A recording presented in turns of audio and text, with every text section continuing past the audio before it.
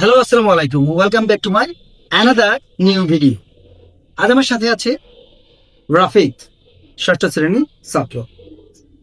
তো রাফিক, কেমন আছো? ভালো আছি। তুমি কেমন আছো? আলহামদুলিল্লাহ, I am fine by the grace of almighty. বাক্য দুটো মনোযোগ দিয়ে শোনো। আই, এবং আপনারাও শুনেন, দর্শকরাও শুনুন। I eat rice, I eat rice, আমি ভাত খাই। এটা একটা বাক্য। আরেকটা বাক্য হচ্ছে I shall eat rice, I shall eat rice. Rafi, এখানে দুটা বাক্যের ভার্বটা দেখতে একই রকম, জি, তাহলে দুটার মধ্যে কি কোনো পার্থক্য রয়েছে? অবশ্যই।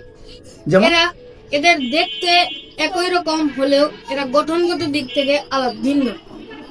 আচ্ছা, তাহলে বলো প্রথম আই ইট রাইস, এখানে ইটটা কোন ফর্মে আছে? এখানে আই ইট রাইস এই সেন্টেন্সটি হচ্ছে প্রেজেন্ট ইনডিফিনিট টেন্স, আর এখানে ভার্বটি রয়েছে প্রেজেন্ট টেন্স।